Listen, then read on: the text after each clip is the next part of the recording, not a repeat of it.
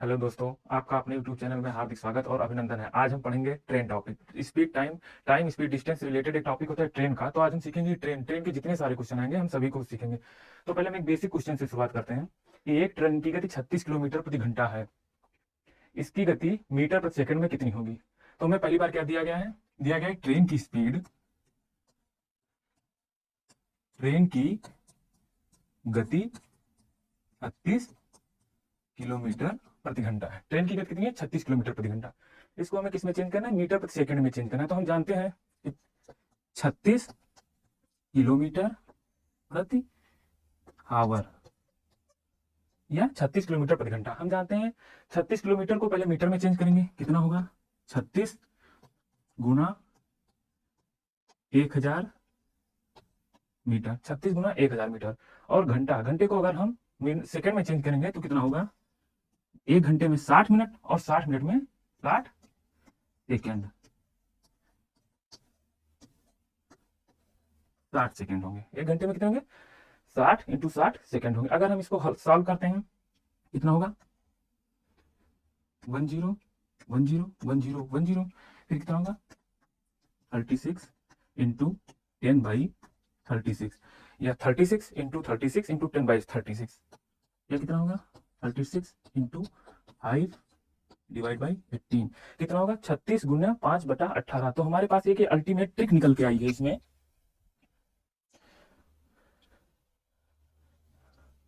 हमारे पास ये ट्रिक निकल के आई है कि अगर हमें किसी किलोमीटर प्रति घंटा को अगर मीटर प्रति सेकंड में चेंज करना होगा तो 5/18 से गुणा कर देंगे। मतलब इन सबको हम हटा के एक यूनिवर्सल ट्रिक पे आते हैं। क्या है कि अगर किसी ट्रेन की गति 36 किलोमीटर प्रति घंटा है, इसको मीटर प्रति सेकंड में चेंज करना है, तो हम क्या करेंगे? 36 गुना 5/18 ये हमारे कितने में हो जाएगी? मीटर प्रति सेकेंड।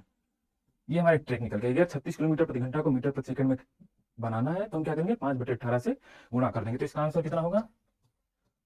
1 2 2 गुणे 5 10। कितना होगा? 10 मीटर प्रति सेकेंड। कौन सा ऑप्शन सही होगा? ये 10 मीटर प्रति सेकेंड। ठीक, फिर हम अगले सवाल पे चलते हैं। अब क्या हुआ? एक ट्रेन की गति 10 मीटर प्रति सेकंड है, इसकी गति किलोमीटर प्रति घंटा में कितनी होगी? तो अब हमें देखना है कि इस बार गति किस में दी हुई है? मीटर प्रति सेकंड में। और हमें चेंज किस में करना है? किलोमीटर प्रति घंटा में। तो हम क्या करेंगे इसके लिए? 10 मीटर प्रति सेकंड। इसको अगर हमें किलोमीटर प्रति घंटा में चेंज करना है तो हम करेंगे 10 गुणे, उसमें हमने क्या किया था? 5/18 से गुणा किया था ना, उसमें हमने 5/18 से गुणा किया था। इसमें हम क्या करेंगे? अगर मीटर प्रति सेकंड से किलोमीटर प्रति घंटा में बनाए तो हम क्या करेंगे? 18/5 से गुणा कर देंगे। तो कितना आंसर आएगा? 5 के 5 5 दूना 10 18 दूना 36 किलोमीटर प्रति घंटा। ठीक, तो हम लोगों ने ये चीज सीखी है कि अगर कहीं मीटर प्रति सेकंड को किस में चेंज करना हुआ?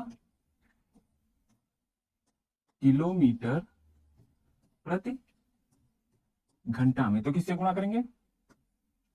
18/5 से। और अगर हमें कहीं अगर किलोमीटर प्रति घंटा को किस में चेंज करना हुआ? मीटर प्रति सेकंड में, तो क्या करेंगे? 5/18 से गुणा कर देंगे।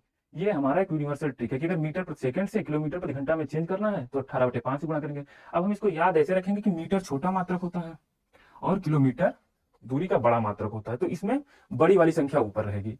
और इसमें क्या होता है कि किलोमीटर बड़ा मात्रक होता है, मीटर छोटा मात्रक होता है। क्या होता है इसमें? किलोमीटर दूरी का बड़ा मात्रक है और मीटर क्या है? छोटा मात्रक है। तो इसमें जो संख्या छोटी रहेगी उससे ऊपर गुणा करेंगे।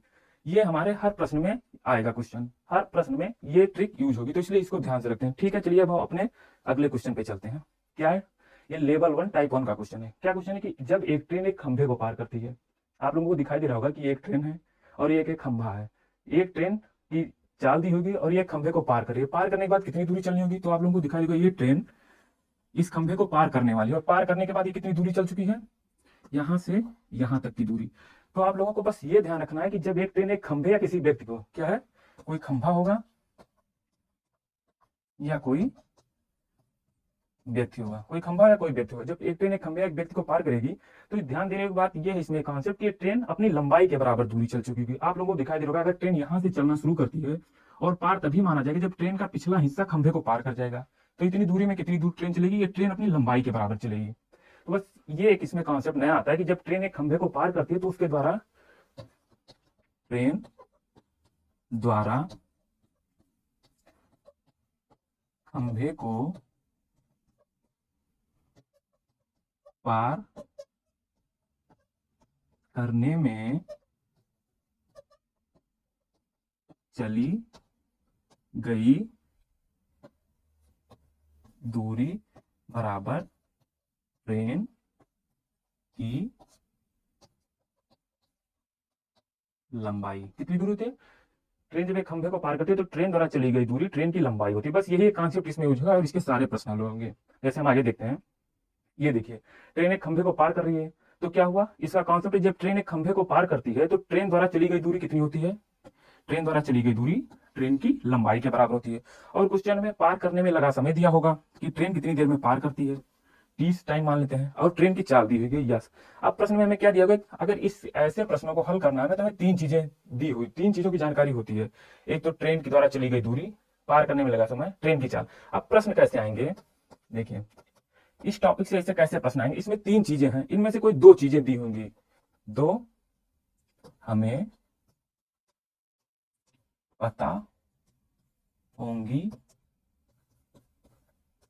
प्रश्न से। क्या होगा, दो चीजें हमें प्रश्न में दी जाएंगी, या तो ट्रेन द्वारा चली गई दूरी दी जाएगी और पार करने में लगा समय, या पार करने में लगा समय और ट्रेन की चाल, या ट्रेन की चाल और ट्रेन की दूरी दी जाएगी। और हमारा तीसरा ज्ञात करने को गया, प्रश्न में क्या कहेगा, थर्ड ज्ञात करना होगा। क्या होगा, हमें तीसरी चीज ज्ञात करनी होगी, इसमें दो चीज दी जाएंगी और तीसरी को ज्ञात करने को कहा जाएगा। चलिए हम इसे प्रश्न से समझने की कोशिश करते हैं। क्या है, यह है एक ट्रेन की लंबाई 250 मीटर है तथा चाल 36 किलोमीटर प्रति घंटा है, वह खंभे को पार करने में, थोड़ा सा मिसप्रिंट हुआ है, कितना समय लेगी, खंभे को पार करने में कितना समय लेगी। तो हमें क्या दिया हुआ है, ट्रेन की लंबाई, ट्रेन की लंबाई कितनी दी हुई है, यल इक्वल टू,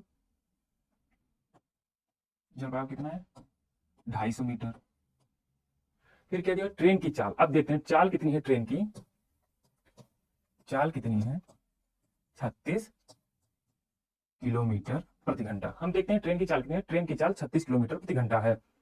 अब ये दूरी किसमें दी हुई है, मीटर में, तो हमें इसको क्या है 36 किलोमीटर प्रति घंटा को मीटर प्रति सेकंड में चेंज करना पड़ेगा। तो कैसे चेंज करेंगे, हम लोगों को पता है 36 में किसका गुणा कर देंगे, ये ध्यान रखना आप लोग, 36 में किसका गुणा कर देंगे,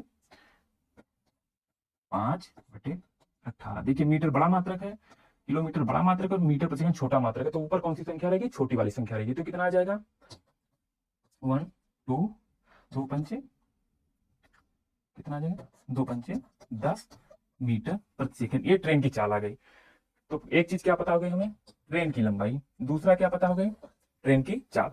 अब हमें निकालना क्या है, ट्रेन को पार करने में कितना समय लगा, तीसरा चीज क्या निकालना है, समय, हमें समय ज्ञात करना है। तो जैसा कि हम देखते हैं कि हमें ट्रेन द्वारा चली गई दूरी पता है और ट्रेन की स्पीड पता है, तो हमें ज्ञात क्या करना है, पार करने में लगा समय। बस ये वही क्वेश्चन है, वही टॉपिक का, समय कितना होगा। तो समय कैसे निकालेंगे, हाँ समय कैसे निकालेंगे, देखिए क्या होता है, समय बराबर कितना होता है, दूरी, समय बराबर क्या होता है, चली गई दूरी बटा चाल, कुल चली गई दूरी बटा चाल। और जब हमने पहले ही बताया है कि जब ट्रेन किसी खंभे को पार करती है तो ट्रेन द्वारा चली गई दूरी क्या होती है, ट्रेन की लंबाई होती है। यही कॉन्सेप्ट यूज होगा यहाँ। तो क्या चली गई दूरी कितनी है, ट्रेन की लंबाई कितनी है 250 या 250 मीटर, और चाल कितनी है 10 मीटर प्रति प्रति सेकंड, 10 मीटर प्रति सेकंड, तो कितना दूरी आ जाएगा, समय 25 सेकंड। तो ऐसे इस प्रश्न का क्या उत्तर होगा, इस प्रश्न का उत्तर होगा 25 सेकंड। मतलब ट्रेन खंभे को पार करने में कितना समय लेगी, 25 सेकंड। चलिए हम अगला क्वेश्चन देखते हैं। क्या दिया है, इसमें दिया ट्रेन की लंबाई 300 मीटर है, वह खंभे को पार करने में 15 सेकंड का समय लेती है। इस बार हमें क्या दिया गया है, यहां से देखते हैं। यार ट्रेन की लंबाई कितनी दी गई है, 300 मीटर दिया गया है, और वह खंभे को पार करने में 15 सेकंड लेती है। इस बार हम लोगों को क्या दिया गया, टाइम 15 सेकंड लेती है। ट्रेन की चाल बता, किलोमीटर प्रति घंटा में ज्ञात करनी है। यहाँ क्या होना चाहिए, ट्रेन की चाल किलोमीटर प्रति घंटा में क्या होगी, तो हमें स्पीड पूछा है। तो हम फिर से अपने पहले वाले कॉन्सेप्ट से तुलना करते हैं। देखिए इस बार हमें क्या दिया गया, ट्रेन द्वारा चली गई दूरी दिया गया है, ट्रेन की चाल दी है, तो हमें ज्ञात क्या करना, समय दिया गया तो हमें ज्ञात क्या करना है, ट्रेन की चाल। तो हमेशा ध्यान रखिएगा, ऐसे प्रश्नों में हमेशा दो चीज प्रश्न में हमें ज्ञात होगी और तीसरी हमें ज्ञात करनी होगी।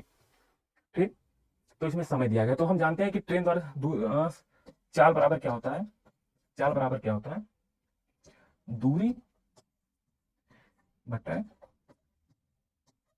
समय। समय, और हम जानते हैं कि ट्रेन की लंबाई ही चली गई दूरी होती है, चली गई दूरी बराबर क्या होता है, ट्रेन की लंबाई।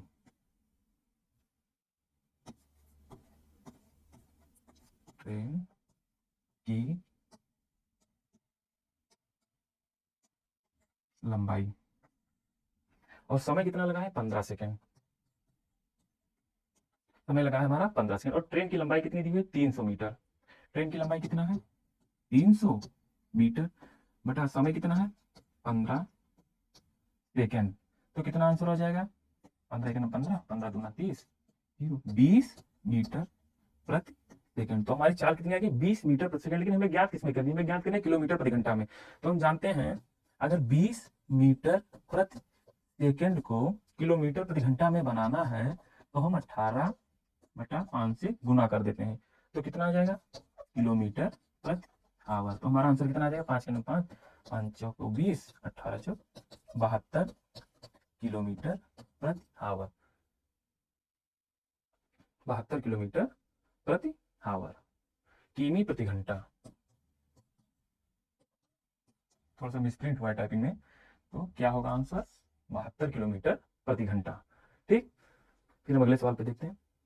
इस बार क्या दिया, इस बार भी हमें ट्रेन की चाल दी है और समय दिया। इस बार हमें क्या दिया भाई, स्पीड दी हुई है 36 किलोमीटर प्रति आवर, और टाइम क्या दिया हुआ है, पार करने में 15 सेकेंड। तो हमें ज्ञात क्या करना है, हमें ज्ञात करनी है ट्रेन की लंबाई। इस बार ज्ञात करनी है, दो चीज हमें ज्ञात है, तीसरी हमें ज्ञात करनी है। तो हम कैसे निकालेंगे, हम लोगों को पता है ट्रेन की लंबाई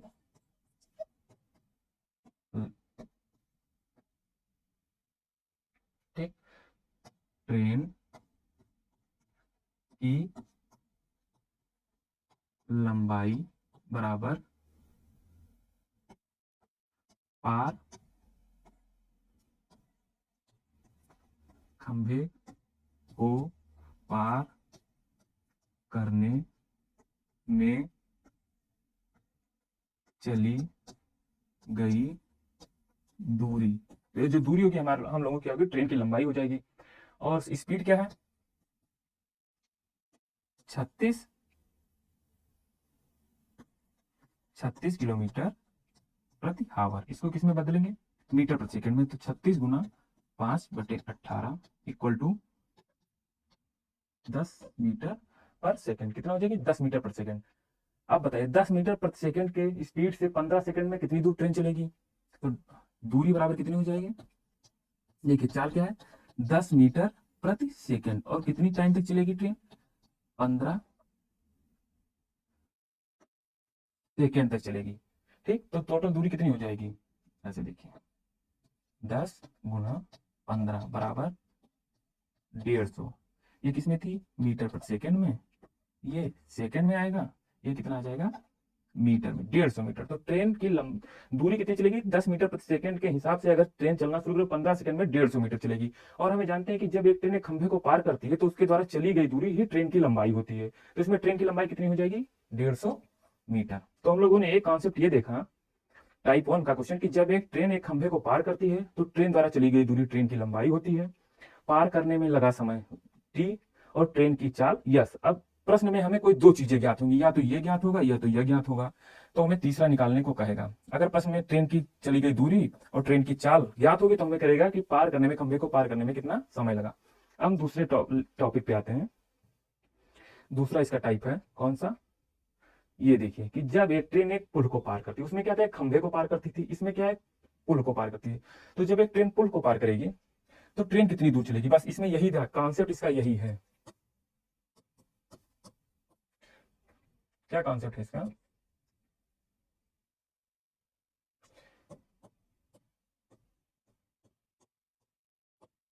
इसका कॉन्सेप्ट यही है कि जब ट्रेन पुल अथवा किसी प्लेटफॉर्म को पार करती है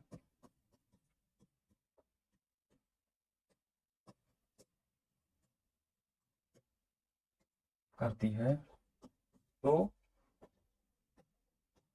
चली गई कुल दूरी बराबर, तो कितनी दूरी चलती है, हम देखते हैं। जब ट्रेन एक पुल या प्लेटफॉर्म को पार करती है तो ट्रेन पहले यहां से चलना शुरुआत, ये आप लोगों ने देखा, पहले उसने ब्रिज को क्रॉस किया, फिर अपनी लंबाई के बराबर ट्रेन चली। तो अगर ये ब्रिज की लंबाई हम मान लें कि b है और ट्रेन की लंबाई l है, तो टोटल ये दूरी कितनी हो जाएगी, l। तो पार करने में ट्रेन कितनी दूरी चलेगी, यहां से और यहां तक चलेगी, तो टोटल दूरी कितनी हो जाएगी, l plus B. l plus B का मतलब ट्रेन की लंबाई प्लस पुल की लंबाई, ट्रेन की लंबाई प्लस पुल की लंबाई, बस इसमें और कुछ नया चीज नहीं कि जब एक ट्रेन पुल को पार करेगी तो अपनी लंबाई और पुल की लंबाई के योग के बराबर दूरी चलेगी। जबकि इसमें क्या था कि जब एक खंभे को पार कर रही थी तो खंभे की कोई लंबाई तो थी नहीं, तो इसलिए ट्रेन द्वारा चली गई दूरी बराबर ट्रेन की लंबाई के बराबर थी। तो ये दूसरे टाइप का क्वेश्चन देखते हैं। हाँ, तो हमने देखा था कि ट्रेन, अब ऐसे प्रश्नों में क्या होगा, कुल दूरी बराबर कैसे निकालेंगे, यल प्लस बी। अब ऐसे प्रश्नों में हमें ज्ञात क्या होगा, ऐसे प्रश्नों में हमें चार चीजें दी जाएंगी। एक, ट्रेन की लंबाई पता होनी चाहिए। दूसरा, पुल या प्लेटफॉर्म की लंबाई ये पता होनी चाहिए, और इसमें ट्रेन की लंबाई पता होनी चाहिए। फिर ट्रेन की चाल और ट्रेन द्वारा पुल को पार करने में लगा समय, इससे रिलेटेड ये चार क्वांटिटीज होती हैं। इनमें से प्रश्न में हमें कोई तीन दी जाएंगी, कितनी, कोई तीन प्रश्न में दी जाएंगी।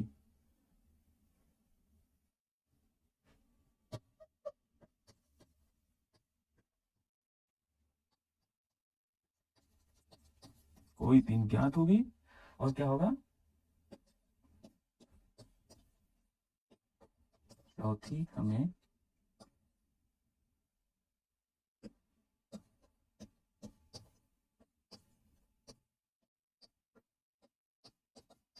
ज्ञात करना होगा। ऐसे प्रश्नों में हमें कोई तीन चीज दी जाएंगी और चौथी हमें ज्ञात करने को कहेगा, पर लेकिन कंसेप्ट इसका यही है मेन, जो कहते हैं फंडामेंटल कॉन्सेप्ट या मूलभूत अवधारणा।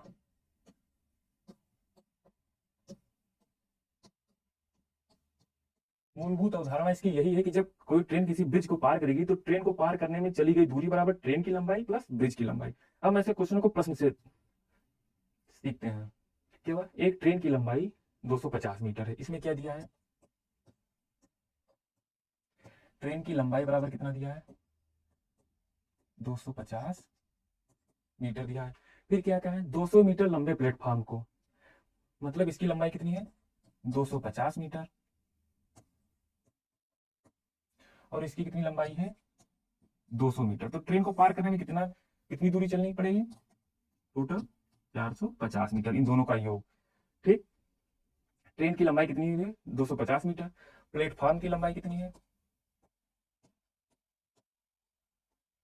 200 मीटर। अब कह रहे हैं प्लेटफॉर्म को पार करने में 30 सेकंड का समय लेती है, टाइम कितना दिया गया है, 30 सेकंड का दिया गया है टाइम। हमें क्या क्या ज्ञात है, ट्रेन की लंबाई देखिए ज्ञात है कितना, 250, प्लेटफॉर्म की लंबाई 200 मीटर, पार करने में लिया गया समय कितना है 30 सेकंड। और हमसे पूछा क्या गया है ट्रेन की चाल कितनी होगी, ट्रेन की चाल कितनी होगी। तो हम यहां से जानते हैं कि कुल दूरी, कुल दूरी चली गई, कुल दूरी कितनी चली गई है 200, 250 प्लस 200 बराबर कितना 450 मीटर, और टाइम कितना है 30 सेकंड।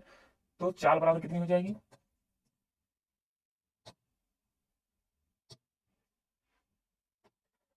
चाल बराबर कितनी हो जाएगी, कुल दूरी बटे समय, कुल दूरी बटे समय बराबर कितना हो जाएगा 450 बटे समय कितना है 30 सेकेंड। सॉल्व कर लेंगे कितना आएगा 15 मीटर प्रति सेकेंड। तो इसकी चाल कितनी हो जाएगी 15 मीटर प्रति सेकेंड। तो हमने देखा क्या दिया था ट्रेन, ध्यान से देखने, ट्रेन की लंबाई, प्लेटफॉर्म की लंबाई और पार करने में लगा समय, तीन चीजें हमें दी गई थी। और चौथी हमें निकालने के लिए क्या कहा था ट्रेन की चाल बताइए। ट्रेन की चाल कितनी आ गई 15 मीटर प्रति सेकेंड। अगर इसी स्पीड को कहता है किलोमीटर प्रति घंटा में ज्ञात करो तो हम कैसे ज्ञात करते हैं। अगर इसी को कहता है किलोमीटर प्रति घंटा में चाल बताओ तो 15 मीटर प्रति सेकेंड थी, इसको किलोमीटर प्रति घंटा में चेंज करना होता है क्या करते 15 गुना 18 बटा 5 बराबर क्या करते 5 गुना 5 5 15 और 18 54 किलोमीटर प्रति घंटा। अगर स्पीड को किलोमीटर प्रति घंटा में निकालने को तो हमारा आंसर कितना आता, हमारा उत्तर आता 54 किलोमीटर प्रति घंटा। फिर हम अगले क्वेश्चन पे आइए देखते हैं। इस बार क्या दिया हुआ है, एक ट्रेन की लंबाई 200 मीटर है। क्या दिया हुआ है, ट्रेन की लंबाई 200 मीटर है, इसकी चाल 54 किलोमीटर प्रति घंटा है। स्पीड कितनी दे दी है इसकी 54 किलोमीटर प्रति घंटा। इसको हम पहले मीटर प्रति सेकंड में चेंज कर लेंगे, 54 गुना 5 बटे 18, 18 के नंबर 18 54 5 15 मीटर प्रति सेकंड। इसकी चाल कितनी आ गई 15 मीटर प्रति सेकंड। यह ट्रेन एक प्लेटफॉर्म को पार करने में 20 सेकंड का समय लेती है। प्लेटफॉर्म को पार करने में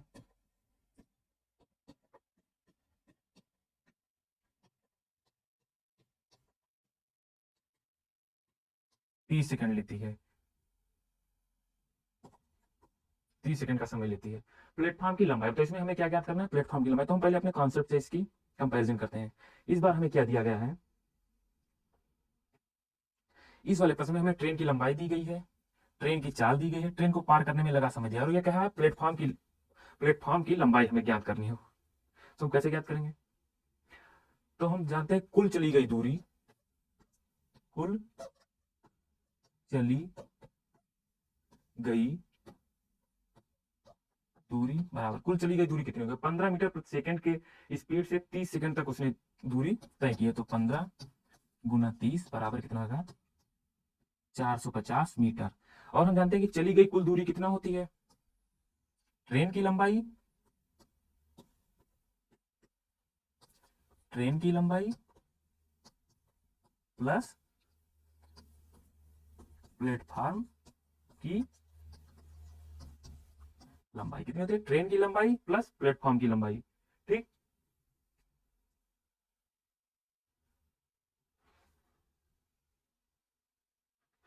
ट्रेन की लंबाई प्लस प्लेटफॉर्म की लंबाई। तो ट्रेन की लंबाई कितनी थी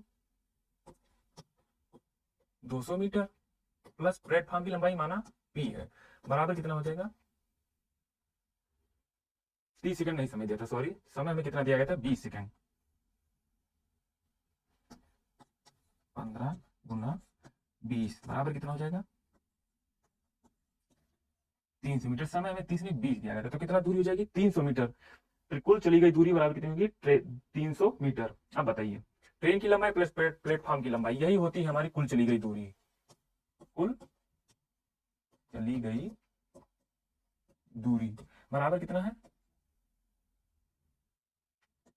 300 मीटर। तो प्लेटफॉर्म की लंबाई बराबर कितना हो जाएगी 300 मीटर, इधर आएगा तो 200 माइनस में जाएगा बराबर 100 मीटर। तो प्लेटफॉर्म की लंबाई कितनी हो जाएगी 100 मीटर। ये हो जाएगी प्लेटफॉर्म की लंबाई। अगला प्रश्न देखते हैं। अच्छा, अगला टाइप। अब इसमें क्या हमें सीखना है कि जब एक ट्रेन एक गतिमान व्यक्ति को पार करती है, तो पहले हम अपने दो टॉपिक को देख लेते हैं। हमने क्या क्या पढ़ा अभी तक? हमने ये देखा था कि जब एक ट्रेन एक खंभे को पार करती है तो इसमें खंभा रुका था। क्या था? रुका था। फिर हमने क्या देखा?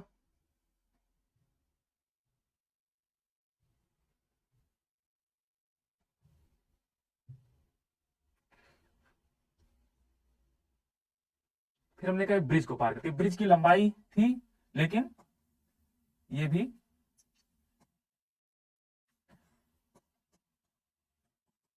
रुका था, इसमें कोई गति नहीं थी। फिर अब हमें क्या पढ़ना है? हम देख रहे हैं कि जब ये एक आदमी को पार करता है, आदमी को ट्रेन पार करती है, लेकिन आदमी की भी चाल है, आदमी इधर चल रहा है,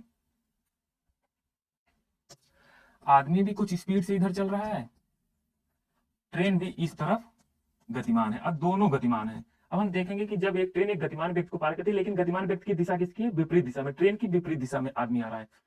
तो इसमें क्या होता है कि इसमें हमें देख लेते हैं दोनों की चाल। इसमें हमें ज्ञात क्या क्या होना चाहिए? देखिए, तो हमें पता होनी चाहिए ट्रेन की स्पीड, फिर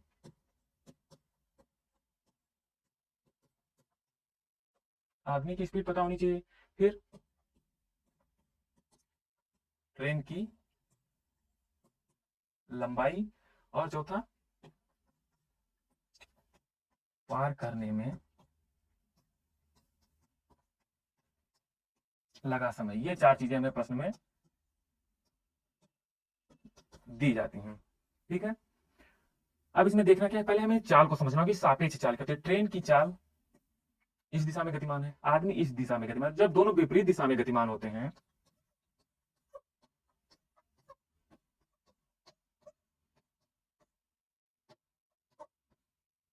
जब कोई विपरीत दिशा में गतिमान, तो इनकी सापेक्ष चाल कैसे निकालते हैं?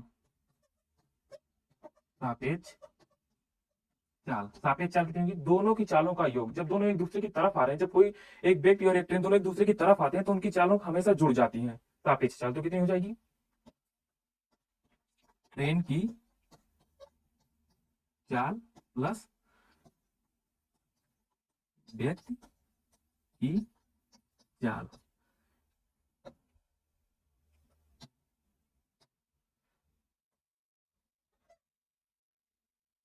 ये कॉन्सेप्ट, ऐसे प्रश्न के लिए सापेक्ष चाल की जरूरत होती है। सापेक्ष चाल हम कैसे निकालते हैं?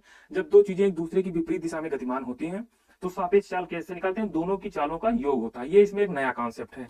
क्या है? एक इसमें नई उदाहरण है, इसका प्रयोग हुआ है, तो आप लोग इसे सीख लीजिए। जैसे देखते हैं क्या विपरीत, टाइपिंग मिस्टेक, विपरीत दिशा में सापेक्ष चाल कैसे निकलती है? दोनों की चालों का योग।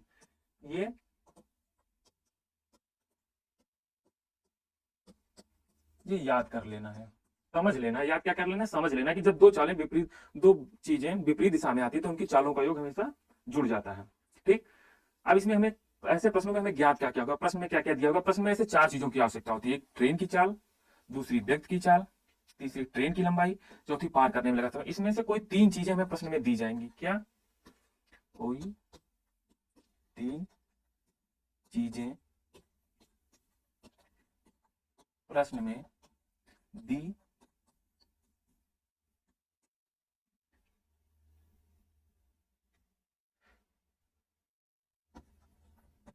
कोई तीन चीजें प्रश्न में बताई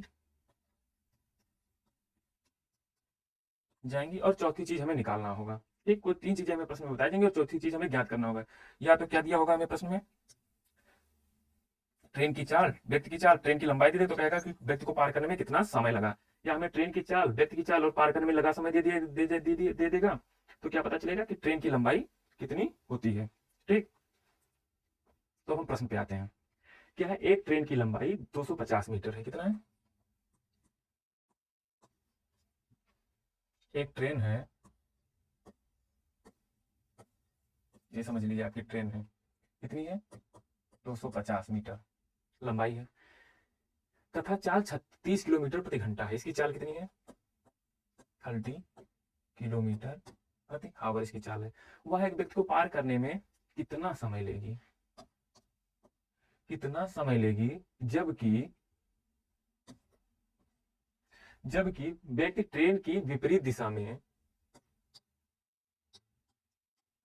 6 किलोमीटर प्रति घंटा की चाल से गतिमान है। अब एक व्यक्ति है,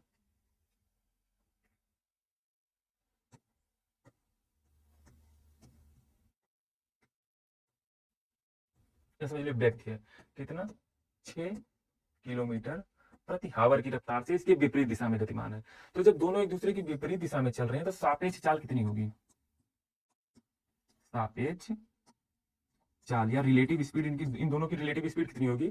30 प्लस 6 बराबर 36 किलोमीटर प्रति घंटा। इन दोनों की रिलेटिव स्पीड कितनी होगी? 36 किलोमीटर प्रति घंटा। अब चली गई दूरी कितनी होगी? चली गई दूरी, चली गई सापेक्ष, चली गई दूरी या सापेक्ष दूरी,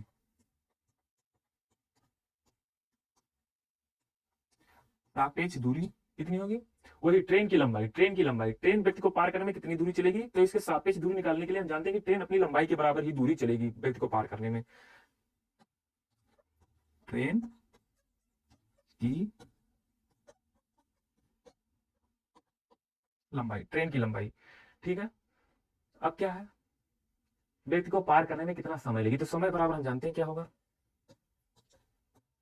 समय बराबर चली गई सापेक्ष दूरी,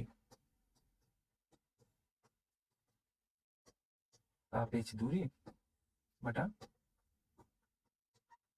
सापेक्ष चाल, सापेक्ष चाल, सापेक्ष दूरी या सापेक्ष चाल। सापेक्ष चाल का मतलब होता है कि एक दूसरे, जब दो वस्तु, दो चीजें, एक ट्रेन जैसे एक दूसरे की विपरीत दिशा में आ रहे हैं तो उनकी दोनों का अगर चाल को एक में मिलाएंगे तो उसको कहेंगे सापेक्ष चाल। तो सापेक्ष चाल दोनों का योग होती है। और सापेक्ष दूरी मतलब व्यक्ति को पार करने में कितनी दूरी चलेगी, तो ट्रेन अपनी लंबाई के बराबर दूरी चलेगी।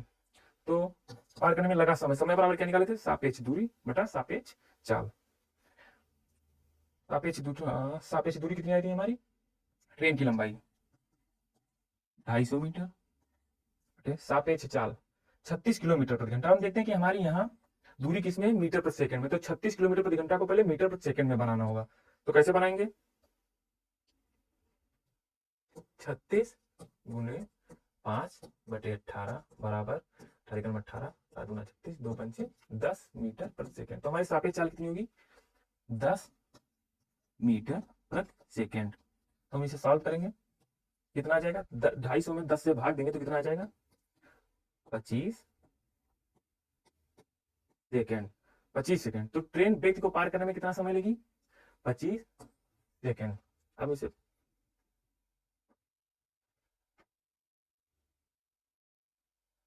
हाँ, ट्रेन की लंबाई कितनी थी, 250 मीटर, इसकी चाल कितनी थी, 30 किलोमीटर प्रति घंटा, आदमी की स्पीड कितनी थी, 6 किलोमीटर प्रति घंटा। तो ये ट्रेन पार करने में कितना समय लेगी, इसको हमने कैसे निकाला, 25 सेकंड, 25 सेकंड। आंसर कितना आएगा, 25 सेकंड। अगला देखते हैं, अगला देखते हैं, जब एक ट्रेन एक व्यक्ति को पार करती है लेकिन व्यक्ति उसी दिशा में गतिमान है जिस दिशा में ट्रेन चल रही है। ट्रेन की दिशा किसी चलने की कैसी दिशा है, इस तरफ, व्यक्ति किस तरफ चल रहा है, व्यस्त भी इसी तरफ चल रहा है। अब दोनों समान दिशा में चल रहे हैं। ट्रेन एक गतिमान व्यक्ति को पार करती है जब वह दोनों समान दिशा में गतिमान है, ठीक। तो इसका कॉन्सेप्ट क्या होता है, समान दिशा में सापेक्ष चाल, दोनों की चालों का अंतर या ट्रेन की चाल माइनस व्यक्ति की चाल। अब हम जानते हैं ट्रेन तेज चलेगी, व्यक्ति स्लो चलेगा। ये कैसा चलेगी, फास्ट, ये कैसा चलेगा, स्लो। तो स्लो चलेगा, तो दोनों की चालों का अंतर मतलब ट्रेन की चाल माइनस व्यक्ति की चाल। और उसके पहले में हमने क्या देखे थे, क्या देखा था कि विपरीत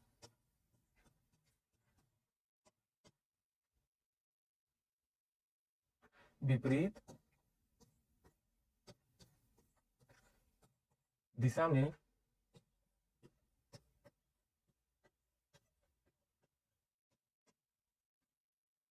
विपरीत दिशा में सापेक्ष चाल बराबर क्या होता था,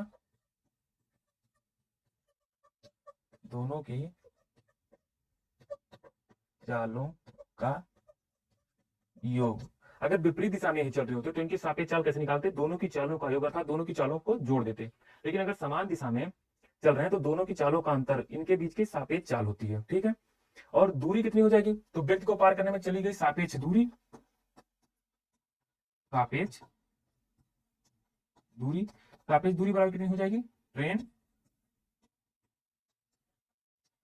की लंबाई। इस दशा में सापेक्ष दूरी कितनी होती है? ट्रेन की लंबाई के बराबर हो जाती है।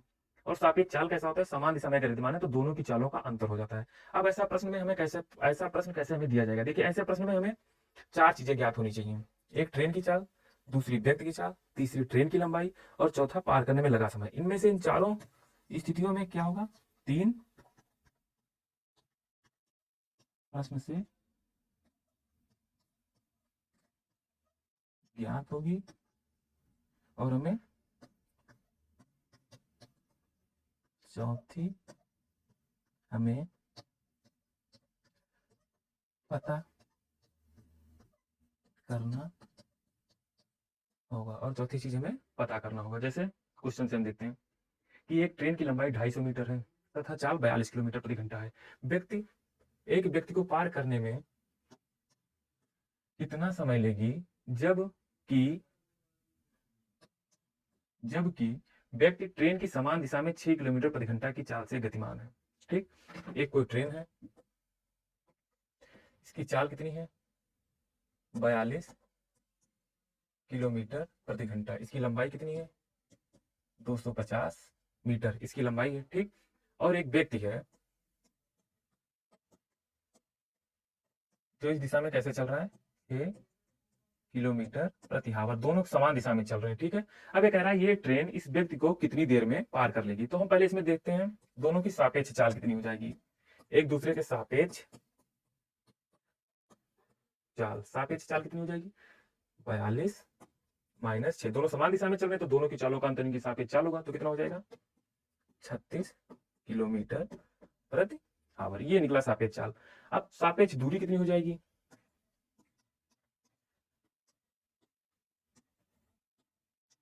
सापेक्ष दूरी कितनी हो जाएगी? हम जानते हैं जब कोई ट्रेन किसी व्यक्ति को या खंभे को पार करती है तो सापेक्ष दूरी ट्रेन की लंबाई के बराबर होती है। तो सापेक्ष दूरी कितनी हो जाएगी? ट्रेन की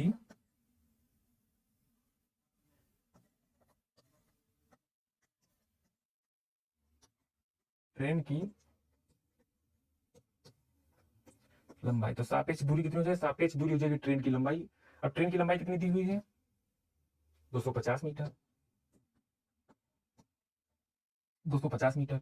तो क्या क्या है कि व्यक्ति ट्रेन की दिशा में 6 किलोमीटर प्रति घंटा की चाल से गतिमान है। तो व्यक्ति को पार करने में कितना समय लेगी? व्यक्ति को पार करने में कितना समय लेगी? तो समय बराबर कितना होता है? सापेक्ष दूरी बटे सापेक्ष चाल बराबर कितना हो जाएगा?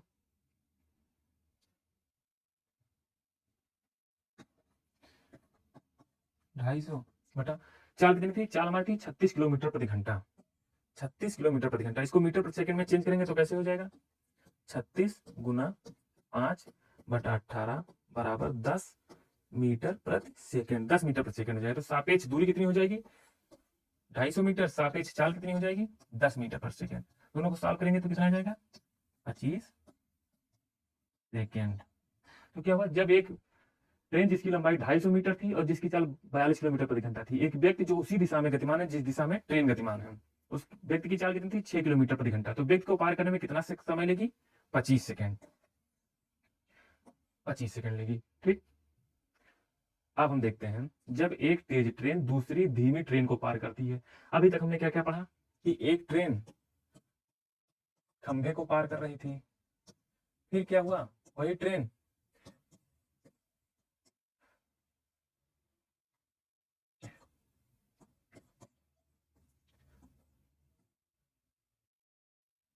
कैसा?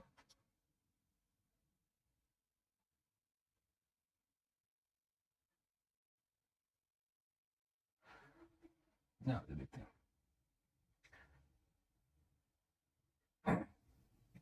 जब एक ट्रेन एक खंभे को पार कर रही थी फिर क्या हुआ? फिर अगला टॉपिक हमने क्या देखा? जब एक ट्रेन एक ब्रिज को पार कर रही थी।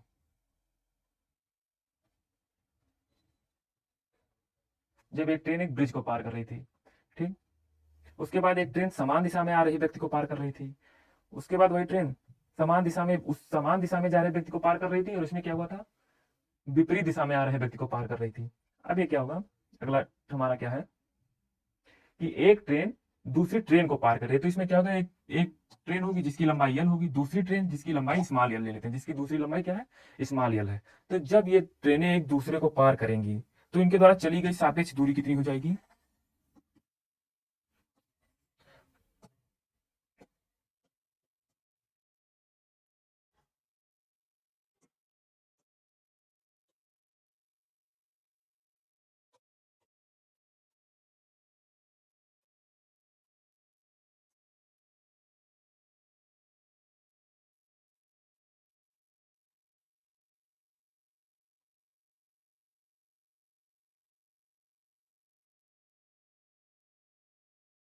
जब दो ट्रेनें एक दूसरे को पार करती हैं तो इनके द्वारा सापेक्ष दूरी या चली गई दूरी, चली गई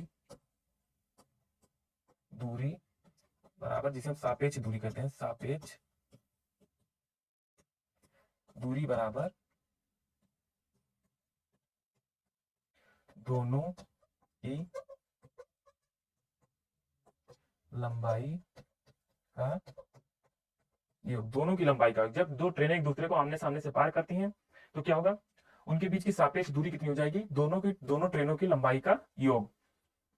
अब दोनों ट्रेनें एक क्या देख रहे हैं कि विपरीत दिशा में आ रही है ना, तो पार करती हैं कैसे? विपरीत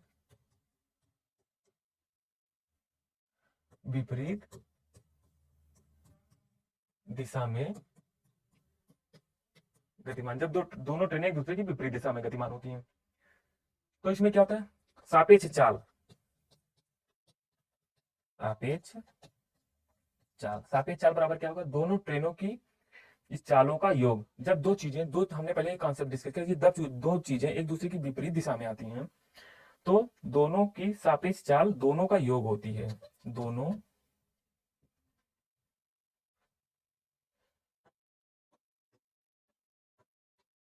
दोनों ट्रेनों की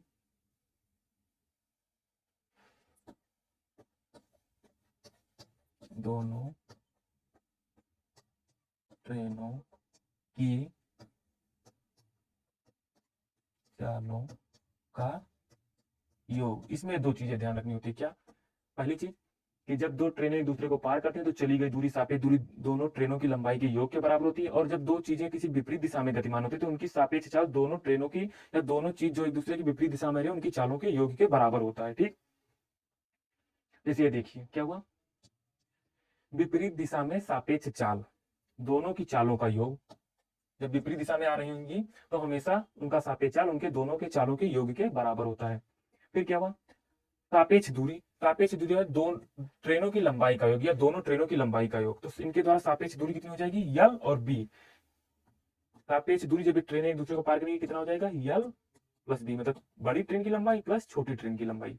ठीक, ऐसे प्रश्नों में हमें हमेशा पांच चीजें दी हुई होती हैं। एक, तेज ट्रेन की चाल, दूसरी धीमी ट्रेन की चाल, तीसरी तेज ट्रेन की लंबाई, धीमी ट्रेन की लंबाई और पार करने में लगा समय। अब जो प्रश्न दिए जाएंगे हमें हल करने के लिए उसमें से कोई चार चीजें हमें ज्ञात होंगी, कोई चार चीजें ज्ञात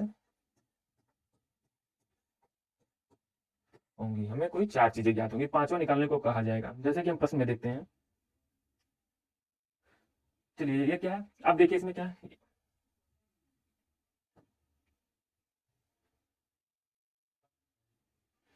ये देखिए इसमें क्या था, एक ट्रेन इधर से आ रही थी, एक ट्रेन इधर से आ रही थी, दोनों को पार करना था। अगला टॉपिक हमारा क्या है कि जब दो ट्रेनें समान दिशा में गतिमान है, कैसे? समान दिशा में गतिमान, समान दिशा में अगर गतिमान है तो क्या होगा, समान दिशा में सापेक्ष चाल बराबर दोनों के चालों का अंतर या माइनस है। जब दो चीजें समान दिशा में गतिमान होती है तो हम जानते हैं उनके बीच की सापेक्ष चाल कैसे निकालते हैं, दोनों की चालों का अंतर हो जाता है। और सापेक्ष दूरी, इस दशा में भी सापेक्ष दूरी दोनों की ट्रेनों लंबाइयों का योग होगा। क्या होगा, सापेक्ष दूरी क्या होगी, दोनों ट्रेनों की लंबाइयों का योग। ठीक, अब ऐसे प्रश्न में हमें दिया क्या जाएगा, ट्रेन की चाल, धीमी ट्रेन की चाल, तेज ट्रेन की लंबाई, धीमी ट्रेन की लंबाई और पार करने में लगा समय। ऐसे 5 चीजों में से कुछ 4 हमें ज्ञात होंगी।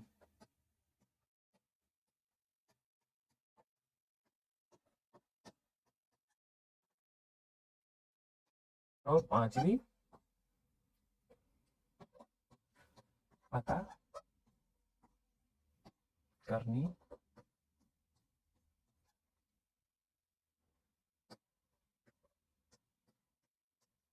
कोई चीज 5वीं पता करनी होगी। जैसे हम ऐसे प्रश्न देखते हैं,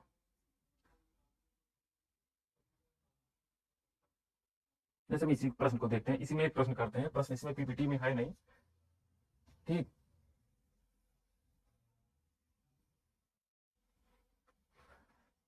जैसे क्या कह दिया, एक ट्रेन जिसकी लंबाई कितनी है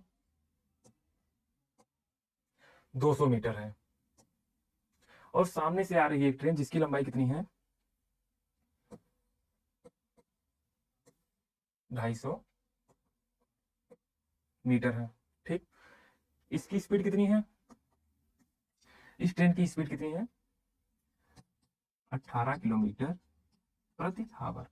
इस ट्रेन की स्पीड कितनी है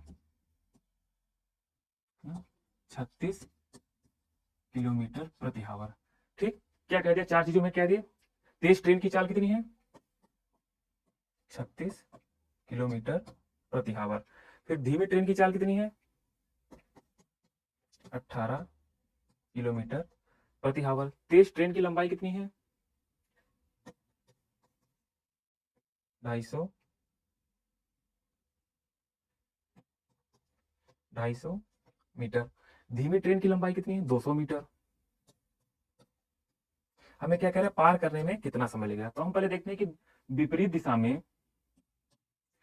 दिशा में दोनों के चालों का योग कितना हो जाएगा 36 प्लस 18 बराबर कितना हो जाएगा 54 किलोमीटर प्रति आवर। इसको मीटर प्रति सेकंड में चेंज करते हैं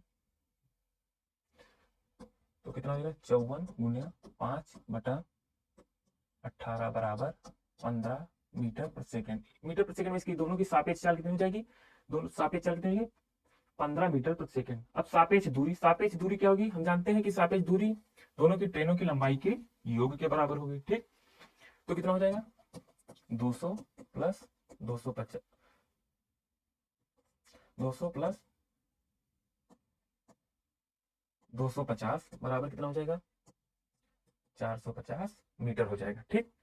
अब कह रहा है पार करने में लगा समय, तो समय बराबर कितना हो जाएगा सापेक्ष सापेक्ष दूरी बटा समय। सापेक्ष दूरी बटा समय, तो सापेक्ष दूरी कितनी आ जाएगी हमारी 450 मीटर बटा समय कितना लगा है 15 मीटर प्रति सेकेंड। नहीं, समय ज्ञात करना है हम लोगों को, चाल दी हुई है। चाल कितना है 15 मीटर पर सेकेंड, तो टोटल समय कितना लगेगा हम देखना 15 15 3 45 30 सेकेंड। तो अगर ऐसा प्रश्न दिया होगा कि एक ट्रेन जिसकी लंबाई 250 मीटर प्रति है और 36 किलोमीटर प्रति घंटा की चाल से गतिमान है, एक दूसरी विपरीत दिशा में आ रही ट्रेन, कैसे विपरीत दिशा में आ रही 200 मीटर लंबी ट्रेन जिसकी चाल 18 किलोमीटर प्रति घंटा है को पार करती है, तो उसे पार करने में कितना समय लगेगा। तो कितना समय लगेगा 30 सेकेंड। फिर अगला प्रश्न देखते हैं। चलिए अब हम इस पर एक प्रश्न करते हैं, इस टॉपिक पर।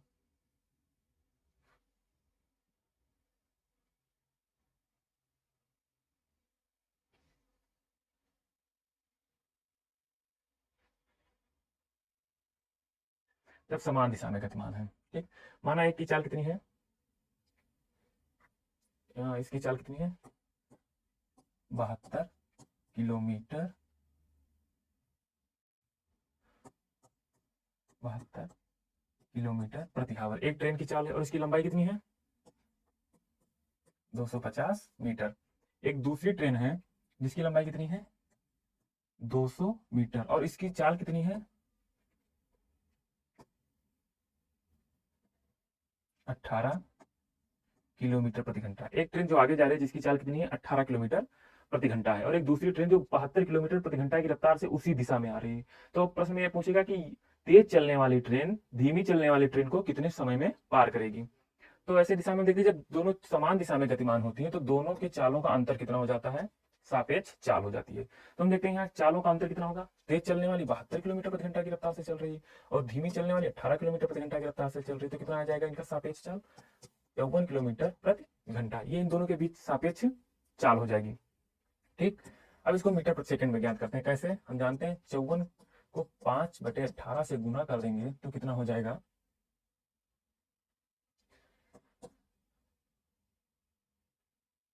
तो गुना कर देंगे तो कितना हो गया 15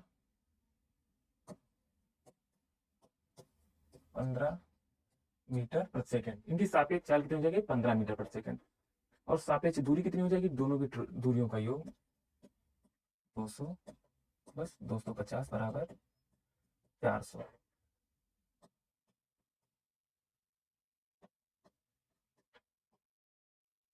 पता, तो हमें क्या दिए, तो समय बराबर कितना हो जाएगा, पार करने में लगा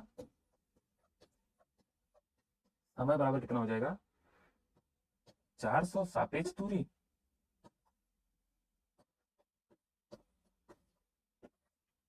बटा समय नहीं बटा चाल बराबर कितना आ जाएगा 30 सेकेंड। इसका मतलब अगर एक ट्रेन जिसकी चाल 72 किलोमीटर प्रति घंटा है और जिसकी लंबाई 250 मीटर 250 मीटर है, एक समान दिशा में चलने वाली ट्रेन जिसकी लंबाई 200 मीटर है तथा जिसकी चाल 18 किलोमीटर प्रति घंटा है को पार करने में कितना समय लेगी। तो हमने देखा कि समान दिशा में दोनों ट्रेनें चल रही हैं तो दोनों की सापेक्ष चाल, दोनों की चालों का अंतर होगा। तो 72 - 18 बराबर 54 और 54 को हमने मीटर प्रति सेकंड में चेंज करने के लिए 15/18 से गुणा कर दिया, कितना आया 15 मीटर प्रति सेकंड। और सापेक्ष दूरी हम जानते हैं कि सापेक्ष दूरी जब दो ट्रेनें एक दूसरे की समान दिशा में गतिमान हो या विपरीत दिशा में गतिमान हो तो हमेशा उनके बीच की सापेक्ष दूरी दोनों की लंबाई का योग होती है। तो लंबाई का योग होगी 450 मीटर प्रति घंटा और सापेक्ष समय कितना हो गया 450 बटे 15 बराबर 30 सेकंड। तो ऐसे प्रश्नों में देखिए क्या क्या ज्ञात था। तेज ट्रेन की लंबाई कितनी ज्ञात थी,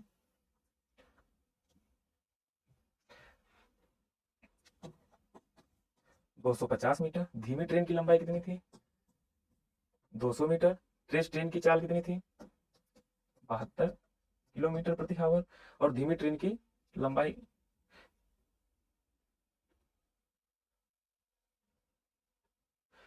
तेज ट्रेन की चाल कितनी थी 72 किलोमीटर प्रति आवर। धीमी ट्रेन की चाल कितनी थी 18 किलोमीटर प्रति आवर।